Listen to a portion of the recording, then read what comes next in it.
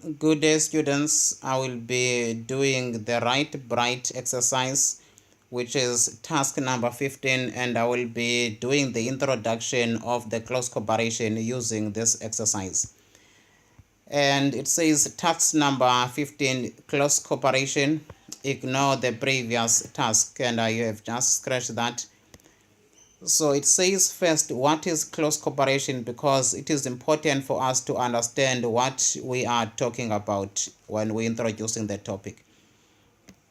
And it says a close cooperation is a business that is trading as a separate legal entity, unlike a sole proprietorship or a partnership.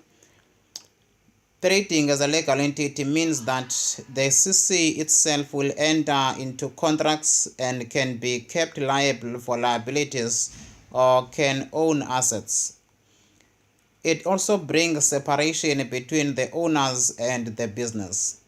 The owner can therefore not be held liable for the CC's debts, unlike with a sole trader or a partnership. A company is another form of business ownership that is a legal entity. So now, just in summary, it means the members of the close corporation cannot be held liable for the debts of the business. That's what this is summarizing.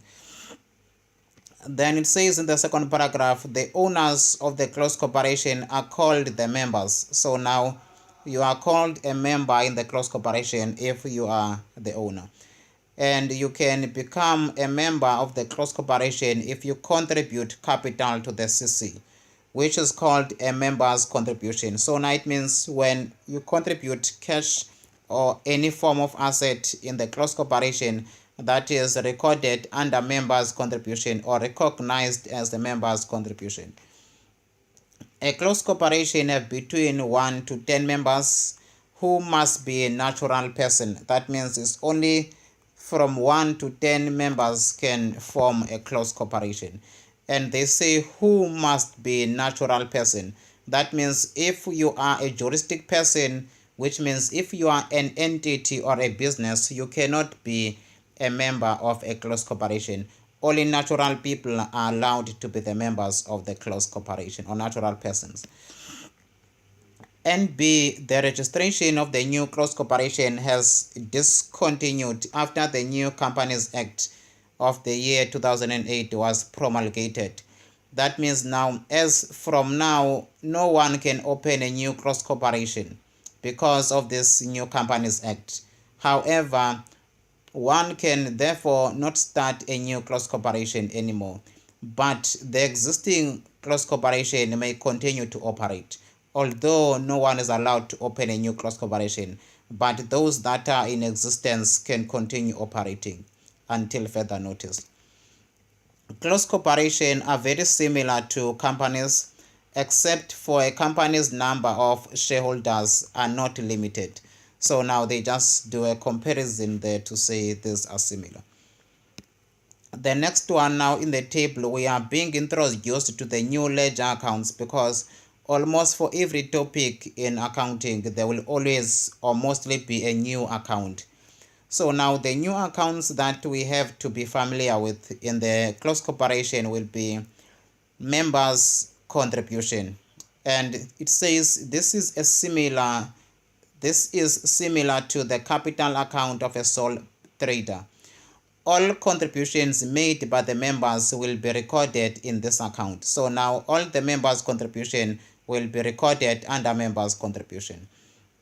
The next ledger account, or account that we have to be familiar with, is retained earnings. This account keeps track of all the profits that the company has made throughout its existence and that the members are entitled to. At the end of every year, the profit or a loss of the CC will be taken to this account, and if members distribute some of the profit, it will decrease. Take note of this. That means a distribution of profit to members will decrease or reduce the retained earnings. Remember, a distribution is more like the share of profit. So now if there's a distribution at the end of the year, that will lessen or reduce or decrease the retained earnings. The next one we have general reserve. This is the similar account as we did in partnership. Every year, the members will set aside a portion of the profit that will not be distributed or distributable to the members. This amount will be taken to the general reserve account.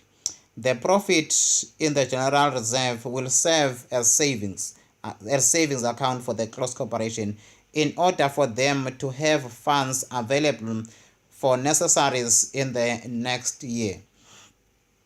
Money placed in the general reserve will be transferred from the retained earnings account. So now in the general reserve, we just keep money and we take it from the retained earnings, which means whenever there's money transferred to the general reserve, it will be taken from the retained earnings and it will be increasing the general reserve. So now that is what this all about. Then the next ledger account is revaluation reserve. If the close corporation has a property and the property's value has increased higher than its cost price, and adjustments need to be made in the accounting records to record the increase in the property value, this is called revaluation. So now a revaluation is just when the value of the property has appreciated. The property's asset account will be debited and the revaluation account will be credited. Whenever there is a revaluation, the value of the property or the cost of the property will increase and the revaluation will also increase, however, on the credit side. So now that is just the theory behind the topic of close corporation. There's still other things that are not covered in terms of the theory, but these are one of the important ones. Then it says, let's imagine that Wright Albright decided to start a close corporation instead of a sole trader. So now this is just the new start of a new close corporation. Wright Bright CC, of which is Wright Bright and Inner Intelligent, will be members. Therefore now, since they are starting a close corporation, obviously they have to contribute some form of capital to the close corporation so that they can become members of this close corporation. So now it says on the 1st of January 2014, Wright decided to contribute 50,000 rands cash to the close corporation. At the inception of this close corporation, while Inner contributed 20,000 rands cash and 20,000 rands value of equipment. So now these are the contributions that are made by the members of this close corporation. So now let me just do the requirement. They say account in the general journal for Wright Albright. So now we have to record the above contributions that are made by the members of the close corporation. So now we know that there are two contributions of cash that were made by the two members. Therefore now we have to debit bank by 70,000 rands. 70,000 rands is the 50,000 contribution by this member and the 20,000 rands that was contributed by Inner. So now that is the sum of that 70,000 rands. 50,000 rands plus 20,000 rands. That gives us cash contribution total 70,000 rands. And the second contribution is equipment that was contributed by Inner, and the value of this equipment was 20,000 rands.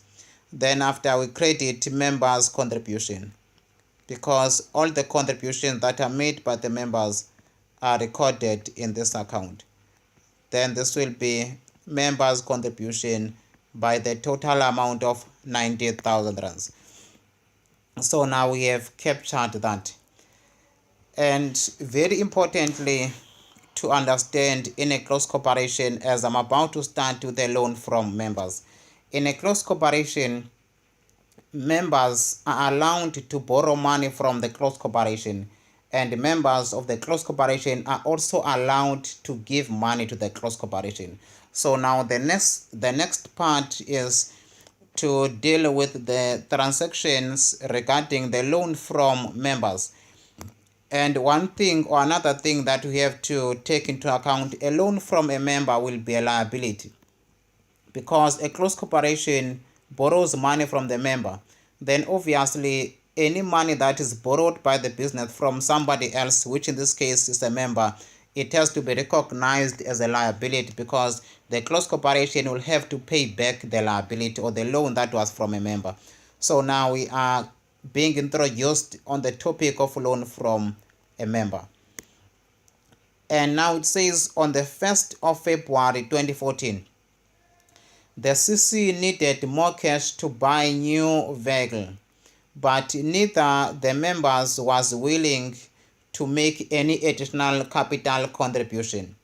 However, Wright Albright agreed to lend 50,000 rands to the closed corporation, repayable in 2 equal installments starting on the 31st of December every year. So now remember, this loan was from a member and it was from the 1st of February, and they say it is repayable at the end of December every year. So now it means by the 31st of December 2014, we expect that the closed corporation must pay half of the loan, because it is set in 2 equal installments. So now if you want to pay an amount equally 2 times, then that will be half of that.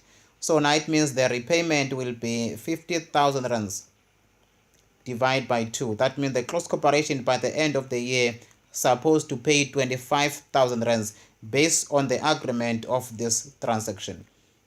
So now I will not be recording the payment. So far we are just recording or recognizing the loan in the books of the closed corporation. And it says account in the General Journal of Wright Bright Closed Corporation. So now we are just recognizing the loan. Then when we recognize that, we have to debit bank, and bank will be 50,000 rands, because the closed corporation received 50,000 rands from member Bright or Wright Albright. Then after we credit loan from, and this will be loan from member, and the name of the member will be Wright Albright. Even if you say Bright or Wright Albright, it's not a problem. Then we have 50,000 rands, which is a liability. A loan from a member is a liability, and a loan to a member is an asset.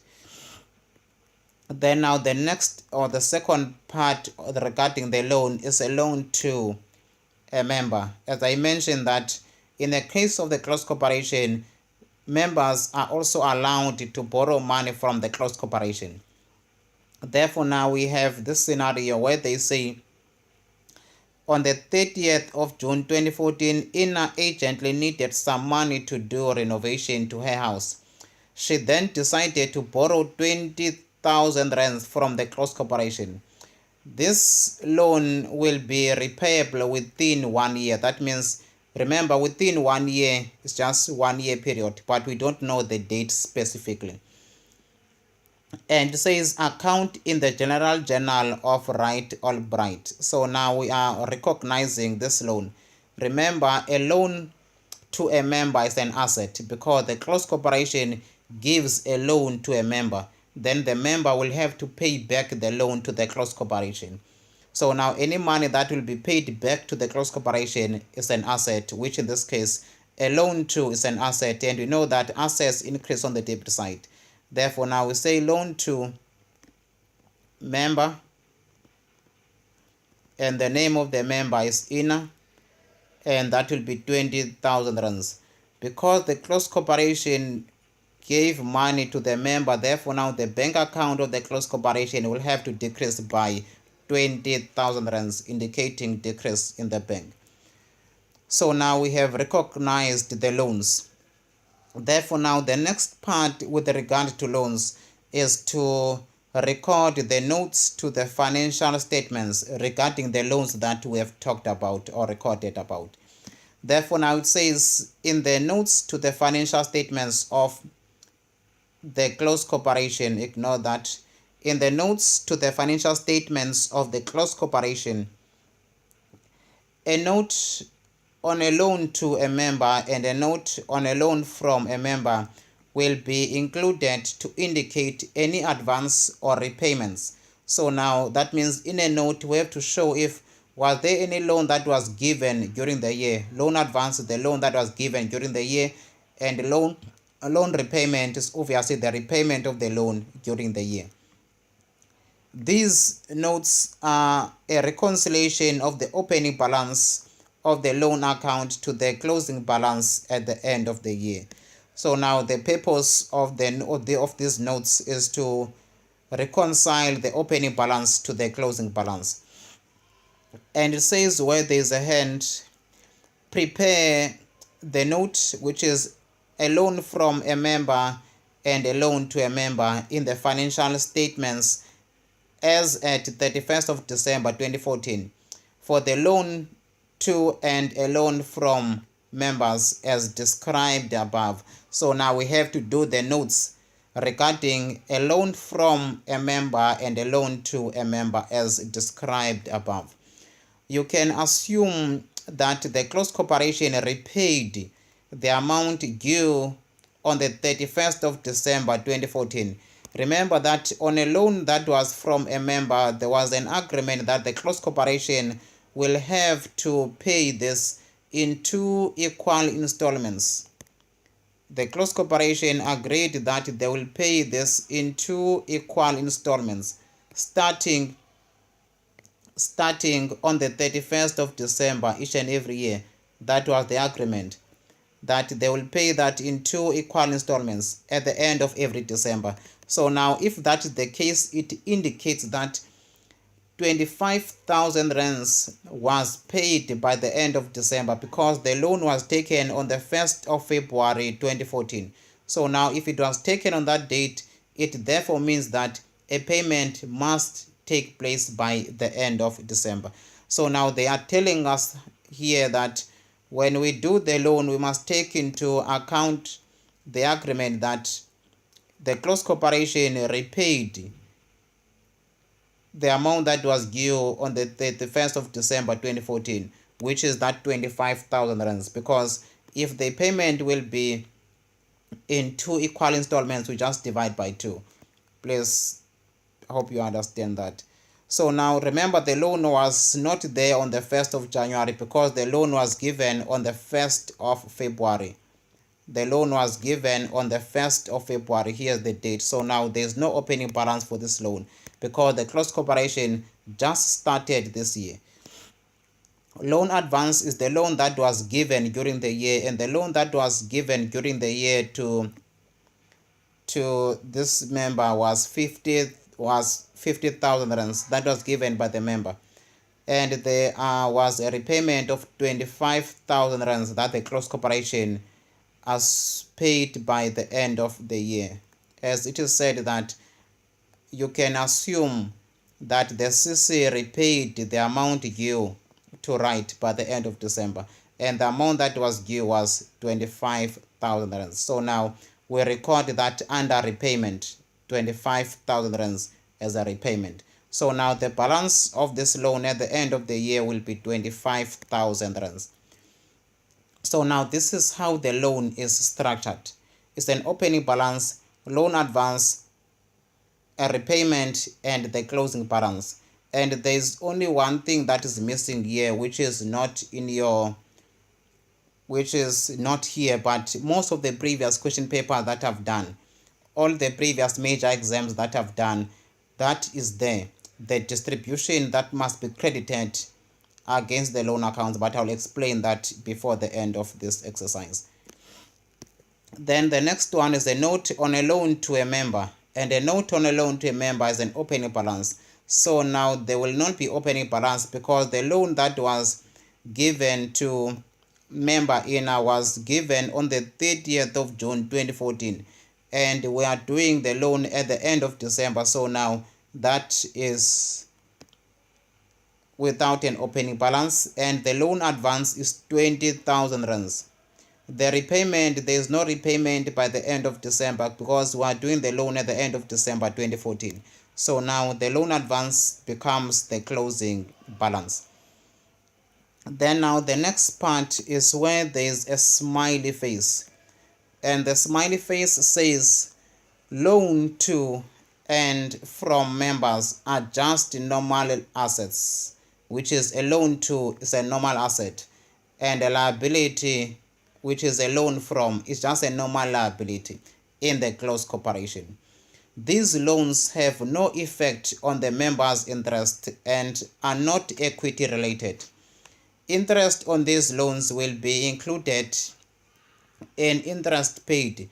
That means any interest that is charged on a loan from a member will just be an interest expense, which is called a finance cost. And interest on a loan that was to a member, which is interest income, will just be treated as an income in the income statement. It will not affect the equity. Hence, it says these interests are not equity related. The loans and the loan from and the loan to are not equity related. The income will be income and the expense will be expense.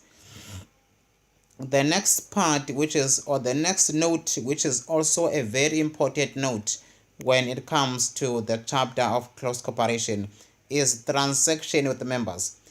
And when it comes to transaction with members, we only deal with incomes and expenses that are between the members and the close corporation. That's it, incomes and expenses. We don't record loans in the transaction with members note. Take note of that, please. So now it says, because the members are the owners of the business, who are called related parties, the users of the financial statements would like to see how much of the transactions in the year was between the close corporation and the members. So now, because of that concern, then we have to have this note called transaction with the members. Then after it says, in the financial statements, we disclose these facts in notes called transaction with the members. So now for us to do this note, we record it in a transaction with the members. And this is very important, this last sentence. Expenses will be indicated as outflow with brackets. Expenses will be indicated as outflow of cash. That means with brackets. Let me underline that right. With brackets. That means if there is an expense that was between a close corporation and the member, that expense will have to be recorded as negative, indicating outflow of cash. And income as an inflow without brackets. So now when you do the transaction with members, income will be indicated as inflow and it must be without brackets. That will be a note on a transaction with members. That is why I told you that in a transaction with members, we only deal with incomes and expenses. So now it says, during the year, Wright and Ina both received a salary of 120,000 rands for the year. So now these were the salaries that we paid to the members at the end of the full year. And remember, a salary is an expense to the close corporation. And it says each. As Wright is an employee of the close corporation, he earned a bonus of 20,000 rands. Remember, a bonus is an expense to the business. The business will have to pay the bonus. Interest on a loan from Wright is payable at 10% per annum. So now remember, there was a loan that was between the member Wright and the close corporation. And it says here, interest on a loan from Wright is payable at 10% per annum. So now that means this will be interest expense because Wright gave money to the close corporation. It was a loan from a member. Therefore, now the close corporation will have to pay 10% of the interest to the member. And the next part says a loan to INA bears interest at 8% per annum. So now that means INA will have to pay interest to the close corporation at 8% of the loan that he borrowed from the close corporation because he wanted to do some renovations. Then now it says prepare the transaction with the members note to the financial statements on the 31st of December 2014. So now we are doing the note on a transaction with the members. This is one of the very important notes. So now remember, we have to account for the loans. Another loan was 50,000 rands, and that 50,000 rands of the loan was taken on the 1st of February. It was taken on the 1st of February. This is the date of this loan. So now we have to account for the number of months, and the interest on that is 10%. The second loan was taken on the 30th of June, which is 6 months before December, and that loan bears interest at 8% per annum. So now when we do the transaction with members, we have to account for that. So now let us start with the salaries. We have salaries, and salaries is 120,000 rands each and 120,000 rands each. Remember, I am recognizing this as negative, indicating outflow of cash. It comes from here. Expenses indicate an outflow of cash with brackets, and income as inflow of cash without brackets. So now that is why I write these expenses as negative. It indicates outflow of cash.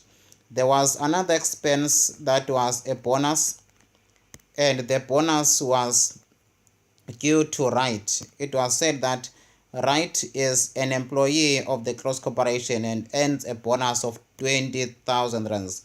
So now that bonus is due to Wright. It will be negative 20,000 rands, indicating outflow of cash. Therefore, now there was also an interest. Remember, interest, which is interest paid by the close corporation, because the close corporation borrowed money from a member, and the close corporation borrowed an amount of 50,000 rands. This is the amount the close corporation borrowed, 50,000 rands, on the 1st of February in the year 2014. So now I will have to account for the number of months also in that, as I have mentioned. So now, in taking into account of the interest that was paid on a loan from a member, we have to say 50,000 rands, which is the interest paid. It will be 50,000 rands times by 10%, because the interest on a loan from Wright is 10%. That will give us 5,000 rands. Then we times that by 11 over 12, because we are counting from February until December. So now we say 5,000 times by 11 over 12. That will give us an interest of 4,583 rands. So now this is the interest that the close corporation was supposed to pay to member Wright, 5,410 or 4,583, 4,583. 4,583. That must be negative, indicating outflow of cash, because the close corporation is the one that have to pay this interest to the member. Then there was another interest, which will be interest received. Interest received will have been received on a loan that was to a member, and the loan that was to a member was to member INA, and interest received will have to be 20,000 rands times by 8%, because the interest on this loan was given to be 8%. Let me confirm that with you so that we are on the same page. There is the 10% that was to right, and 8%, which is INA, the loan that was given to INA. It bears interest at 8% per annum. So now if we say 20,000 rands times by 8%, that gave us 1,600 for the full year times by 6/12, counting from July until December, because the loan was given at the end of June. Then we start in July until December. That will give us 6 months out of 12 months. Therefore, now the interest that the close corporation is supposed to receive at the end of the year from this member is an amount of 800 rands, and the 800 rands will be without brackets because it indicates the inflow of cash. So now I hope we are all on the same page so far. Now let me come to another part which is just close to the end now. Close, very, very close to the end. Then this part says distribution to members. And when it comes to this topic, distribution to members, or to this entry, please go through the videos that I've done on the previous question papers for a close corporation, your 2010, 2011, 2012, and 2013.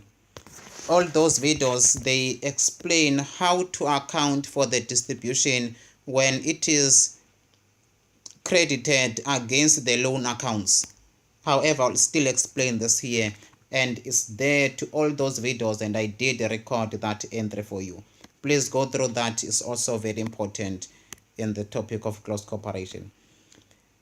In a close corporation, the members are not allowed to just withdraw money from the close corporation as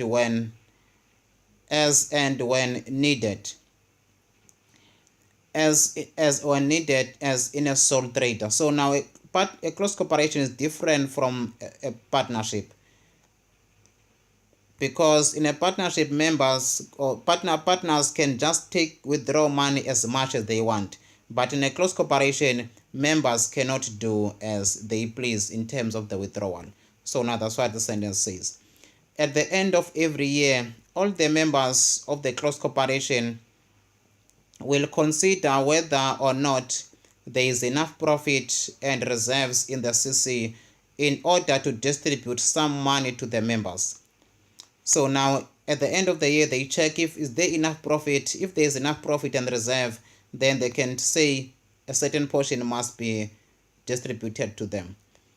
They will decide upon an amount which will then be distributed according to the members' interest. Members' interest is more like the share percentage, just like we did in the partnership. Partners, they share the profit using their ratios. So now in this case, there's a member's interest which is used to share the distribution or the profit at the end of the year that the members have or decide to distribute. And this sentence is very important. It says that this distribution can be paid to members in cash. And it further says that or can be debited against their outstanding loan accounts. So now remember, this is money the close corporation is willing to give to the members because there's enough profit and there's enough reserves available. So now the members will sit in a meeting and decide to say how much must be given to them as members or how much must be distributed to them as members. So now sometimes if the member has a loan in a close corporation, some members can say to the close corporation that the amount that was supposed to be distributed to the member must go and be debited or credited against their loan account, as opposed to taking the money to their cash account. So now how this is important is because when a distribution is debited or credited against the member's outstanding loan account, it means that distribution will have to affect the loan to a member. That's what it means. It means a distribution will have to affect the loan to a member, or that distribution will have to affect the loan from a member. It will depend which kind of loan the member has. So now it means the distribution will serve as a payment in this case. However, it will be recorded as maybe somewhere here distribution credited. So now it will be distribution credited. Then you record the amount that was supposed to be distributed to that member, and it will have to reduce the loan account of that member. So now you will see that in the previous videos that I've done for the previous question papers. Please take those videos and you listen to them very carefully. The distribution is made out of the retained earnings. That means if there is a distribution that is due to members, that distribution will have to reduce the retained earnings. That means your retained earnings will be reduced by the amount of the distribution that is due to members. This will be reflected in the statement of changes in equity as a decrease in the retained earnings. So now when you do the statement of changes in equity, there's a column called the retained earnings. So now in that column for retained earnings, you have to decrease it by the amount of the distribution. That's what this means. This will be reflected in the statement of changes in equity as a decrease in the retained earnings. And if you can go through the videos of the previous years that I've done, you'll see that there's a lot of distribution that I record for each and every exam. Now it says at year end, Wright and Ina decided to distribute 30,000 rands of the year profit to themselves and paid in cash. Account in the distribution to the members in the general journal. So now this is just a distribution, and remember distribution is taken from the retained earnings. So now retained earnings will have to decrease. Remember, retained earnings decrease on the debit side, it increases on the credit side. Then this was a cash payment, then our bank will have to decrease by 30,000 rands. We record 30,000 rands. Then after this is the last part now, the last part, which is taxation. Taxation is very important because now in the income statement of a closed corporation, you have to consider taxation. Then now it says tax of a closed corporation will be calculated as an annual basis and is based on a profit of the closed corporation.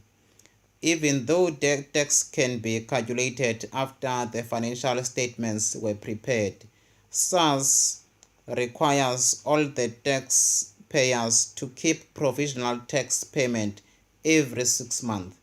And this is also there in your previous exams and the video that I've done where they show you the SARS provisional tax payment. You'll see this in the trial balance, and it's very important. I explained how you must account for that. Then now it says CC and certain individuals and companies will therefore make payments to SARS before the final tax for the year is calculated and due. Provisional tax payments are made twice during the year and at the end of the year. A provisional tax is a tax that is paid every 6 months. End of the year, and the CC will estimate how much tax will be payable and account for that as a tax expense. The balance of tax expense, which is tax due or tax receivable, and the provisional payment made during the year will be the balance due or receivable to SARS at the end of the year. So now it means after the tax has been estimated, we can calculate the tax that is due or receivable to SARS by comparing the payments and the tax that was supposed to be paid at the end of the year. Then it says where there is a head that assume that Bright CC made the following provisional tax payments during the year 2014. And it says on the 30th of June 2014. So now these are the provisional tax payments that were made during the year. On the 30th of June 2014, a first payment was made. Now the Close Corporation has to pay 20,000 before the end of the year, and 25,000 rands was paid at the end of December. So now this is a provisional tax payment, not a final tax that was supposed to be paid. So now the CC paid 20,000 and paid 25,000 after another 6 months, which is December. And at the end of the year, after the income statement was prepared, therefore now it says at the end of the year, taxation expense are estimated to be 55,000 rand. So now this is the tax that was estimated at the end of the year. It means the Close Corporation came into conclusion to say the amount to be paid in terms of tax was supposed to be 55,000 rands after they prepared the final financial statements. However, they have already paid 20,000 and they have already paid 25,000 rands. But at the end of the year, the income statement reflects that they're supposed to have paid 55,000 rands to SARS. So now this is also, remember, a tax that is estimated. This is an estimate of the tax expense. Tax expense is always estimate. Therefore, now we are required to account for this in the general journal of the Close Corporation of Right Albright. Then after, we are required to do a ledger account, and I'll prefer to start with the ledger account then after I do the general journal.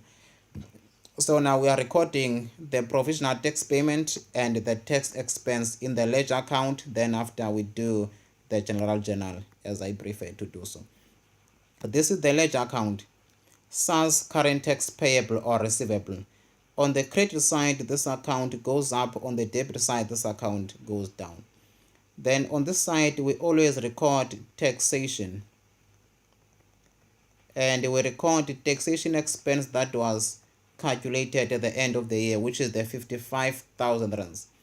Then on the debit side, we reduce this account by the payments that we made. And there was a payment of 20,000 rands and a payment of 25,000 rands. So we record both of these like that.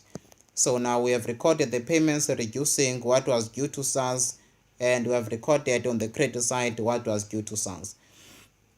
So now we can balance this, and when we balance this, we take the amount of the bigger side, which is 55,000 rands, and it will be 55,000 rands, and the balance will be 10,000 rands. Balance carried down will be 10,000 rands. Balance brought down will be 10,000 rands. So now whenever you are required to calculate tax receivable or tax due to SARS, this is what you do. You take the tax expense, which in this case the tax expense is 55,000 rands. You compare it with the payments, you strike the difference to check if have you overpaid tax to SARS or underpaid tax that was due to SARS. So now if you see in this case, we're supposed to have paid a tax expense of 55,000 rands, but we only paid 20,000 and 25,000 rands, of which the total of the two is 45,000 rands. So now it means we paid 45,000 rands instead of 55,000 rands. So now that is why the difference is a balance brought down on the credit side, indicating that this is tax due to SARS. So now this is tax due to SARS. Tax due to SARS, which is an amount that is not paid by the end of the year. So now that will be a tax due to SARS. Then we take the same information, we record it in the general journal, because for me it becomes simple. So now in the general journal, we credit SARS current tax payable, and we debit tax expense. we debit tax expense, taxation by 55,000 rands, and we credit SARS, current tax payable, that is current tax payable, and current tax payable is an amount of 55,000 rands. So now I just recorded that credit entry. Then after we have to record the debit entry. The debit entry, remember, took place in two different dates, 30th of June here and here 31st of December. So now it's complete two different dates. This was 31st of December. So now we have to record this separately, where we debit again, we debit our SARS current tax payable, current tax payable by 20,000 rands. By 20,000 rands. We are recording that provisional first payment, and we credit bank because we made a payment. And the last one we debit again SARS current tax